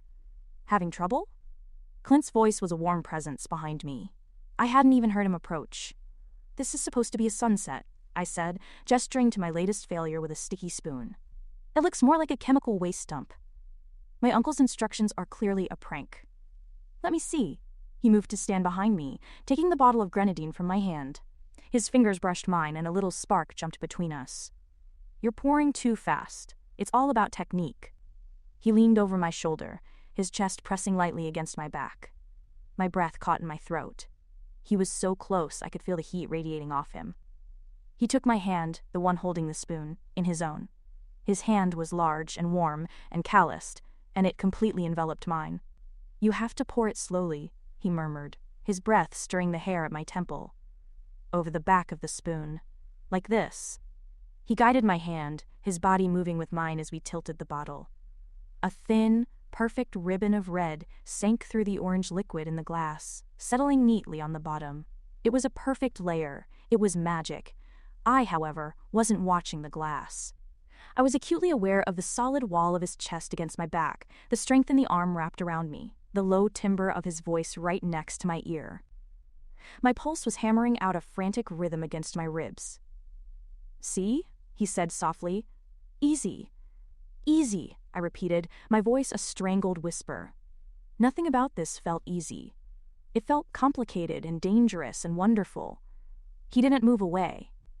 For a long moment, we just stood there, locked in our impromptu embrace, the world shrinking to the space between our bodies. He slowly turned his head, his face now just inches from mine. His gaze dropped to my lips. My own lips parted slightly in anticipation. This was it. No faulty stares. No power outages. Just us, the smell of sugar and whiskey, and 100 unspoken things hanging in the air. The front door flew open with a crash, the bell above it jangling in violent protest. "Hey, kids!" Hank boomed, striding into the empty bar. "Forgot my lucky fishing hat. You wouldn't believe the size of the—" Oh, he stopped dead, his eyes widening as he took in the scene. Clint and I sprang apart like two teenagers caught by their parents, my face flushing a shade of red that would have made the grenadine jealous. Clint ran a hand through his hair, looking anywhere but at me. "Just, teaching Abby how to make a sunset," Clint said, his voice a little rough. Hank's face split into a wide, knowing grin. He looked from Clint's flustered expression to my mortified one, and then at the perfectly layered drink on the counter. "Well now," he said, his voice full of amusement as he snatched his hat from a booth. "Looks like you two are creating all sorts of beautiful things together." He tipped his hat to us. "Don't let me interrupt your bartending lesson." He sauntered out, chuckling to himself, leaving a thick, heavy silence in his wake. The spell was irrevocably broken. The tension hadn't dissipated. It had just curdled into a world-class awkwardness. "Well," I said, fiddling with a clean glass. "Lesson learned." "Yeah," he said, clearing his throat. He took a step back, putting a safe, agonizing distance between us. I should probably head out. Early morning tomorrow." "Right. Coaching," I said quickly. "Important stuff. Go mold the young minds." "Right." He lingered for a second, his eyes holding mine. A silent conversation passing between us that I couldn't begin to translate. Then, with a quick nod, he was gone, the jingle of the bell announcing his retreat. I stood alone in the quiet bar, my heart still thudding against my ribs. I looked at the perfect sunset in the glass, a single, flawless creation in a sea of my own sticky disasters. Our just friends pact wasn't just in trouble, it was a total loss, a smoking crater. We were teetering on the edge of something, a precipice of our own making, and the Murphy's Law of my life dictated that when we finally fell, it wasn't going to be a graceful glide. It was going to be a head-first, cartwheeling, spectacular swan dive into chaos, and for the first time, the thought of disaster didn't fill me with dread. It filled me with a wild, terrifying, exhilarating hope. Chapter 8. The Unnecessary Roughness Play. The first week of Clint's absence was a novelty. For 7 straight days, nothing caught fire, burst, or backed up. I successfully operated taps, managed inventory, and even unclogged a toilet all by myself using a plunger and a series of impressively creative curse words. I was a competent, functioning business owner. It was the most unnatural, unnerving feeling of my entire life. The lack of chaos felt like the eerie silence before a tornado touches down. The second week, the novelty wore off and curdled into something that felt a lot like loneliness. The silence in the bar wasn't peaceful anymore. It was just empty. Clint's unofficial monitoring station at the end of the bar became a black hole, sucking all the energy out of the room. I found myself glancing at it constantly, expecting to see him leaning there, a slow grin on his face, only to be met with a well-polished but decidedly un-Clint-like stretch of wood. My brain, the traitorous little film director that it is, went into overdrive. It played our greatest hits on a continuous, torturous loop. The lap landing, the janitor's closet, the paint spill, the ladder, the great sewer geyser of that Tuesday, and the bartending lesson. That scene was in heavy rotation. I could still feel the phantom warmth of his hand over mine, the press of his chest against my back, the way the air had turned thick and sweet right before Hank and his lucky fishing hat had crashed the party. I had clearly read the whole thing wrong. The signals I thought were blazing green lights were obviously just reflections from my own internal disco ball of wishful thinking. He wasn't attracted to me, He was just a nice guy. A pathologically helpful, ridiculously handsome, compulsively competent, nice guy who had seen a damsel in deep, deep distress and had ridden to her rescue on a metaphorical white horse that was probably also a well-maintained pickup truck. The long-term structural monitoring was over. The structure, i.e., me, was now deemed stable enough to be left to its own devices. My charity case status had expired. The thought was a cold, hard knot in the pit of my stomach. The breaking point came on a Wednesday morning, 2 weeks and a day since I'd last seen him. I was trying to hoist a new box of margarita mix onto a high shelf. It was heavy, I was short, and the laws of physics were, as usual, not on my side. The box tilted, I overcorrected, and a cascade of smaller boxes filled with cocktail umbrellas and novelty swizzle sticks came raining down on my head. I stood there, amidst the plastic debris, a tiny pink umbrella perched jauntily in my hair, and felt a ridiculous, hot tear of frustration prick my eye. That was it. I was done. Done with the wondering, the waiting, the ghost of his presence haunting my disaster-prone bar. I was Abigail Murphy. I'd faced down a beige-loving ex, a cashmere-clad she-dragon, and a plumbing system with a death wish. I could certainly face one steadfast, easygoing football coach and ask him what the heck was going on. "Okay, Murphy," I said to my reflection in the back bar mirror, plucking the umbrella from my hair. "Operation Cease Pathetic Pining is a go. We're going on a reconnaissance mission. We will locate the target, ascertain the situation, and get a definitive answer. Then we will retreat, probably with our dignity in tatters, and consume our body weight in fried pickles." Asking for directions to Clint's office at Foulk High School was an exercise in small-town sociology. The summer school secretary, a woman with a beehive hairdo that defied gravity, looked me up and down with the shrewd gaze of someone who knew everything about everyone. "Coach Rhodes," she'd said, a knowing glimmer in her eye. "Athletic wing, end of the hall. Big fella like that is hard to miss," she'd winked. I was pretty sure my face was now a permanent shade of crimson. The athletic wing smelled of sweat, floor wax, and teenage desperation. The walls were lined with dusty trophy cases, filled with gleaming testaments to the past glories of the Foulk High Fighting Badgers. I'm not kidding. The Fighting Badgers. I passed a large, framed photo of a younger, shaggier-haired Clint, holding up a state championship trophy, his grin wide and utterly incandescent. My stomach did a nervous flip. As I neared the end of the hall, I heard voices drifting from an open office door. One was Clint's, that low, familiar rumble that did funny things to my insides. The other was a high, melodic voice that made the tiny hairs on my arms stand up. Veronica. My feet slowed, my bravado evaporated. Eavesdropping was rude, but retreating felt like cowardice. I hovered in the hallway, my heart hammering against my ribs, telling myself I was just waiting for a polite moment to interrupt. "I just don't understand why you're being so stubborn, Clint," Veronica was saying, her tone a cloying mix of frustration and seduction. "We were good together. You know we were. We were. A long time ago, Veronica." Clint's voice was flat, weary. "It's over. It has been for a long time." "Is it because of her?" she asked, and the way she said the word, dripping with venom and disdain, made it clear she was talking about me. "The little stray with the broken-down bar?" "Clint, darling, that's not a girlfriend. That's a community service project." I flinched as if she'd physically slapped me. A community service project. The cold knot in my stomach tightened into a ball of ice. Maybe she was right. I had to leave. I had my answer, but my feet were rooted to the spot, held captive by some morbid, self-destructive curiosity. I crept a little closer, peering around the edge of the doorframe. His office was small and cluttered with playbooks and equipment. He was standing behind his desk, his arms crossed, creating a solid barrier between them. Veronica was perched on the edge of the desk, leaning toward him, a predator closing in. And then I saw it. On the wall opposite the door, a large, dark TV screen was mounted, part of a system for reviewing game footage. And in its blank, reflective surface, I could see a distorted, funhouse mirror version of the scene. I could see Clint and Veronica. And I could see the hallway behind them. I could see me. At the exact same moment I realized this, Veronica's eyes flickered, just for a second, toward the screen. She saw me. A slow, triumphant, cruel smile touched her lips. Clint, his back to the TV, saw nothing. It happened so fast I almost didn't process it. "You're wrong, Clint," she purred, her voice dropping to a husky whisper. She uncoiled from the desk like a snake. "You still want me. You just won't admit it." And then she launched herself at him.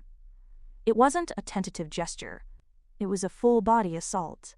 She threw her arms around his neck, her perfectly manicured hands tangling in his dark hair, and pressed her mouth to his. Her slender body was flush against his, a seamless, perfect fit. My world didn't just slow down, it shattered. The air left my lungs in a silent whoosh. My brain, my sarcastic, witty, overthinking brain, went utterly blank. There was no snappy comeback, no self-deprecating joke. There was only the image, burned onto the back of my eyelids. Veronica kissing Clint. Passionately. Hungrily. And he wasn't. In that split second my brain could process, pushing her away. I didn't see what happened next. I didn't stick around for the thrilling conclusion. I didn't see him grab her wrists and break the kiss, his face a mask of fury. I didn't hear him shove her back, his voice low and dangerous as he told her to get out and never come near him, or me, again. All I saw was the kiss. All I felt was the ice in my stomach shattering and spreading through my veins, a cold, sharp, numbing pain. I turned, my new sneakers silent on the linoleum, and walked away. My retreat was quiet, orderly, and completely devastating. I walked down the echoing hall, past the picture of the smiling boy with the trophy, out the double doors, and into the suffocating, humid air of the afternoon. The tears didn't start until I was back in my car, fumbling with the keys. They weren't loud, hiccuping sobs. They were silent. Hot tears that slipped down my cheeks and dripped onto my t-shirt. I had come for an answer, and I had gotten one. A big, dramatic, soul-crushing one. Gift wrapped by a she-dragon in a power suit. Community service project, indeed. It seemed my term was officially over. Chapter 9. The Fortress of Solitude and Stale Pretzels. Driving away from the high school, my vision was blurred by hot, stupid tears that refused to acknowledge I was a grown woman operating a motor vehicle. I didn't go home to my apartment above the bar immediately. Instead, I drove to the outskirts of Foulk, pulled into a scenic overlook that was really just a patch of gravel near a cow pasture, and had a very ugly, very necessary cry. The cows were excellent listeners. They chewed their cud with a rhythmic indifference that I found grounding. They didn't care about cashmere sweaters, or perfectly highlighted hair, or women who looked like they were sculpted from marble. They just cared about grass. I envied them. After 20 minutes of feeling sorry for myself and using up my emergency stash of glove compartment napkins, the sadness began to calcify into something harder. Anger. Not just at Veronica, the conniving snake in designer boots, or at Clint, the volunteer heartbreaker, but at myself. I was Abigail Murphy. I had survived the Great Flood, the paint catastrophe, and Paul Sanders' spice-racked tyranny. I refused to be the community service project. I refused to be the stray dog waiting for a pat on the head while the purebreds sat on the furniture. I shifted my beat-up sedan into drive. I had a business to run. And if there was one thing a Murphy knew how to do, it was how to function in the middle of a disaster zone. By the time I unlocked the front door of Murphy's bar, I had built a fortress around my heart. It was constructed of cynicism and reinforced with sarcasm. I flipped the sign to closed, even though it was only 4 p.m. I needed time to regroup, reorganize, and possibly eat my weight in deep-fried carbohydrates before facing the public. I marched behind the bar, tied my apron strings with a vicious knot, and surveyed my domain. It was quirky. It was mismatched. It smelled faintly of lemon polish and old wood. It was mine. "Okay," I said aloud to the empty room. "Step 1, inventory. Step 2, erase Clint Rhodes from the mental hard drive. Step 3, find a new handyman who is 80 years old, hard of hearing, and aesthetically repulsive." I grabbed a clipboard and started counting bottles with aggressive precision. Vodka, gin, rum, whiskey. I was doing fine until I got to the bourbon. It was Clint's brand. The bottle stared at me, mocking me with its amber depths. I reached for it, intending to shove it to the back of the shelf, but my hand was shaking.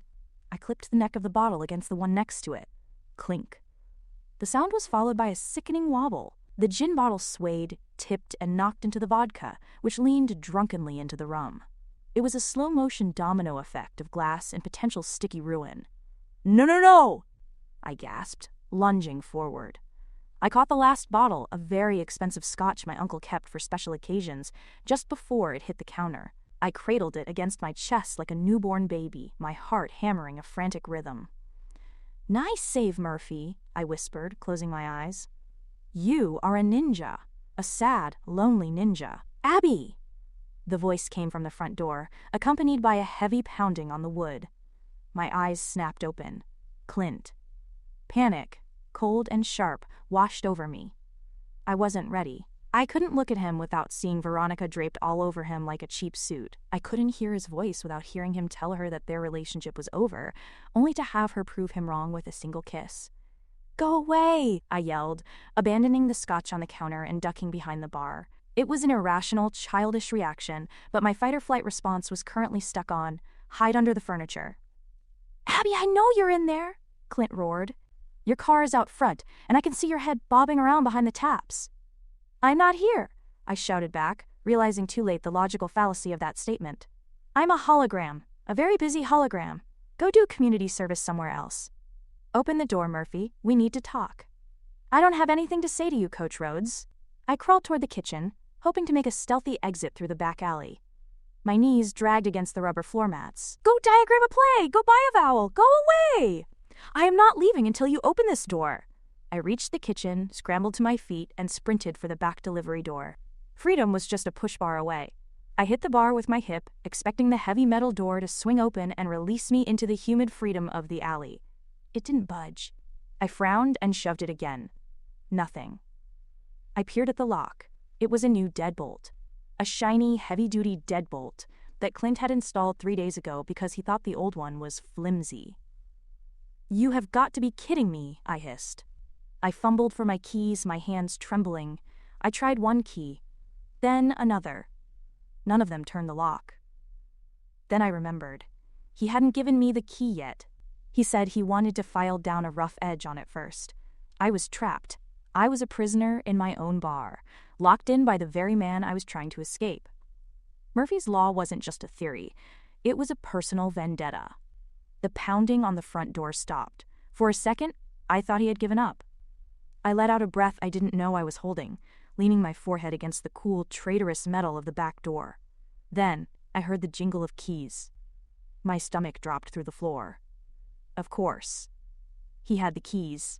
He had all the keys. He was the keeper of the keys, the fixer of the pipes, and the breaker of the hearts. I heard the front lock tumble, the door creak open, and the heavy thud of boots on the floorboards. "Abby?" His voice was closer now, echoing in the quiet bar. He didn't sound angry anymore. He sounded worried and determined. I looked around the kitchen for a weapon. A spatula? A frying pan? A rogue crouton? I grabbed a canister of whipped cream from the industrial fridge. It wasn't lethal, but it was messy, and right now, messy was the only language I spoke fluently. I backed out of the kitchen and into the main bar area, holding the whipped cream like a can of pepper spray. Clint was standing in the center of the room. He looked like he'd run all the way from the school. His hair was windblown, his chest was heaving, and his eyes were scanning the shadows with a frantic intensity. When his gaze landed on me, relief washed over his face, softening the hard lines of his jaw. "Thank heavens," he breathed, taking a step toward me. "I thought you'd..." "I don't know what I thought. Are you okay?" "Stay back," I warned, shaking the whipped cream canister. "I'm armed and lactose intolerant." "Well, I'm not, but this canister is full of dairy-based vengeance." He stopped, blinking at the canister, then at my face. "Abby, put the whipped cream down. You're upset." "Upset? Oh no, I'm not upset," I said, my voice rising an octave. "I'm enlightened. I went to the school to ask you a simple question, and I got a front row seat to the answer. The very hands-on, very full contact answer." His face darkened. "You saw." "I saw?" I confirmed, feeling the sting of tears threatening to return. "I saw the reunion tour. I saw the chemistry. I saw the stray get put in her place." I took a step back, hitting my hip against a high-top table. "So you can save the speech, Clint. You don't owe me an explanation. You fixed my pipes, I provided some amusement, and now we're done. Transaction complete. Is that what you think happened?" he asked, his voice low and dangerous. He took another step forward. I think I saw a woman who looks like a supermodel, wrapping herself around you like a python, and I didn't see you fighting it off, I snapped. And honestly, I get it. She's perfect. She's polished.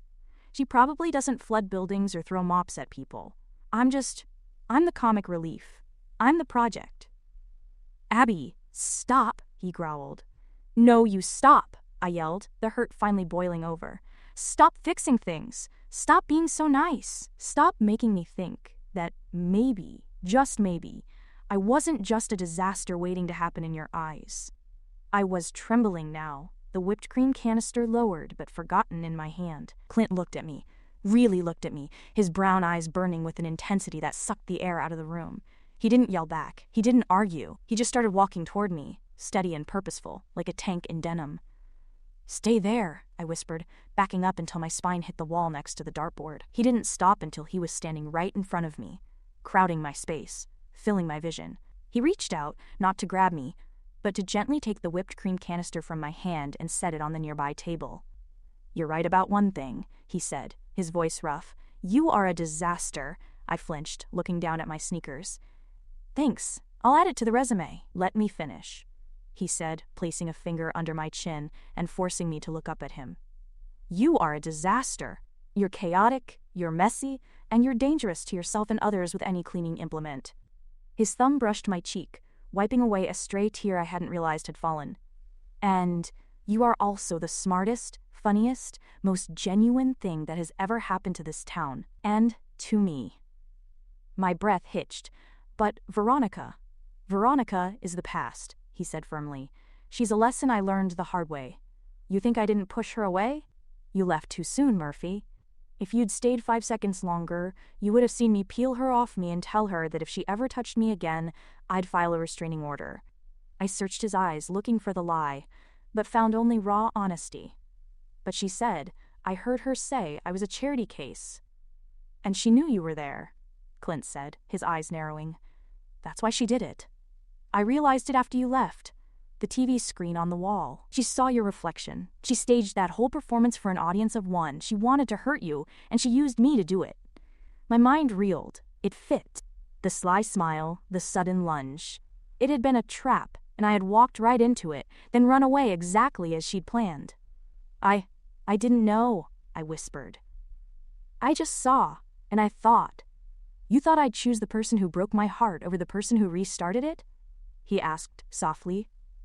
The world stopped spinning. The bar, the smell of stale beer, the hum of the refrigerator, it all faded away. Restarted it? I repeated, my voice barely audible. Yeah, he said, stepping closer until our bodies were almost touching. From the minute you slid across this floor and tackled me. I haven't been able to think about anything else. Why do you think I'm always here, Abby? It's not because I love plumbing, I hate plumbing. A laugh bubbled up in my chest, a watery, hysterical little sound. You hate plumbing? Loathe it, he confirmed, a smile tugging at the corner of his mouth. But I love being near you, even when you're throwing mops at me. Especially then. He leaned in, his gaze dropping to my lips. The air between us crackled, hotter and heavier than the storm outside. So? He whispered, his forehead resting against mine. Are you going to spray me with whipped cream, or are you going to let me prove it? I looked at him, my steadfast, rugged, beautiful disaster manager, and finally, let the wall come down. I think, I whispered back, the whipped cream can wait. Chapter 10, The Law of Attraction. The kiss was not like the movies. It wasn't smooth, and there was no swelling orchestral score. It was desperate, fierce, and tasting slightly of the salty tears I'd shed earlier. It was a collision, a claiming, a confirmation that the electric current we'd been dancing around for weeks wasn't just static. It was lightning.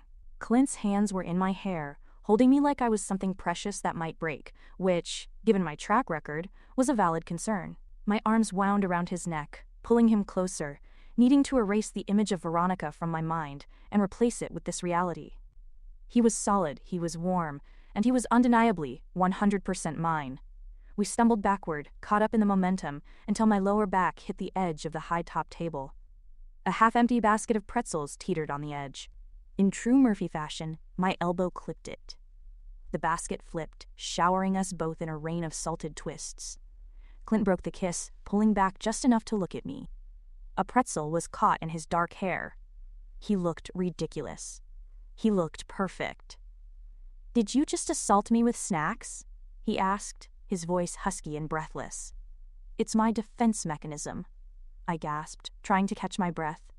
"You get too close, I deploy the carbohydrates." He laughed, that deep, rumbling sound that I wanted to bottle and sell. He plucked the pretzel from his hair and ate it. "I can handle the hazards. I'm certified." He leaned back in, his lips brushing my jawline, sending shivers racing down my spine. "I need you to know something, Abby.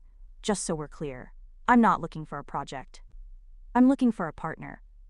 Someone who makes life interesting." "Interesting is one word for it," I murmured, tilting my head back as his kisses trailed down my neck. "Terrifying is another." "I like terrifying," he said against my skin. "Safe is boring. Beige is boring." At the mention of beige, a thought struck me. "Paul," I said, pulling back slightly. "He said I was making a catastrophic mistake." Clint framed my face with his hands, his thumbs stroking my cheekbones. "Do you feel like this is a mistake?" I looked at him. I looked at the man who had waded through sewage for me, who had cleaned up paint and milk and despair, who looked at my chaos and saw something worth keeping. "No," I said, a smile spreading across my face. "I feel like it's the only thing I've ever gotten right, even if I did break the laws of physics to get here." "Good," he said, "because I'm not letting you go. Not to Paul, not to your own doubts, and definitely not to Veronica Blackwell." "Speaking of the she-dragon," I said, my brow furrowing, "she's not going to give up, is she? She's the type to escalate. Next week, she'll probably try to have the bar condemned for harboring fugitive dust bunnies." "Let her try," Clint said, his expression hardening with protective resolve. "She doesn't know what she's up against. She thinks she's fighting a stray. She doesn't realize she's fighting a team." "The Fighting Badgers?" I teased. "The Fighting Murphys," he corrected. "Or maybe the Murphy Rhodes Alliance for Chaos Management." "I like the sound of that," I said. "Although we need a better mascot than a badger. Maybe a possum? They play dead well. I feel like I do that socially on a regular basis." He laughed again and kissed me, quick and hard. "We'll work on the mascot. Right now, I have other priorities." "Oh?" I raised an eyebrow. "Like what?" "Like convincing you to close the bar early," he said, a wicked glint in his eye. "Technically, you already have the sign flipped." "I do," I agreed, "but there's a problem." "What?" "I'm trapped," I said, gesturing to the back. "The back door is locked, and I don't have a key." He grinned, reaching into his pocket and pulling out a shiny brass key on a simple ring. "You mean this key? You held me hostage," I accused, though I couldn't stop smiling. "I secured the perimeter," he corrected. "Safety first." He handed me the key. I took it, my fingers brushing his palm. It felt heavy and significant, like more than just a piece of metal. It was an entry to something new.